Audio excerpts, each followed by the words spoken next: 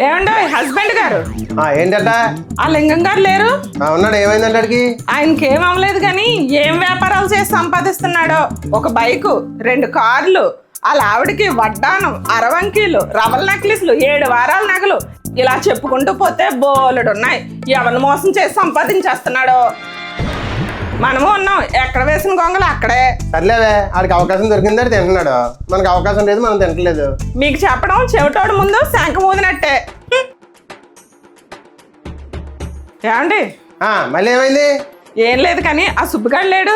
ఉన్నాడు. ఆడేం కొన్నాడు వాళ్ళ ఆవిడకి? వాడి బంద ఆడేం కొంటాడు? వాళ్ళ ఆవిడ చెవిదిద్దులు పట్టుకెళ్ళి అమ్మేసి మంత తాగేశాడట. తాగుబోతు సచ్చినోడు. ఇప్పుడు ఏమంటావే? ఆ లింగం గారు మంచోడు అంటావా, ఈ సుబ్బుగాడు చెడ్డోడు అంటావా?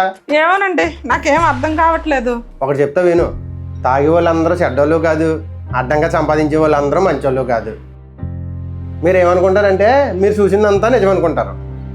అందుకనే నాలుగుకి నరం లేదని ఏది పడితే అది వాగేయకూడదు. అవకాశం వస్తే అందరూ కష్టపడతారు, సక్సెస్ అవుతారు. కాకపోతే కొంతమంది ముందు, కొంతమంది వెనక, అంతే.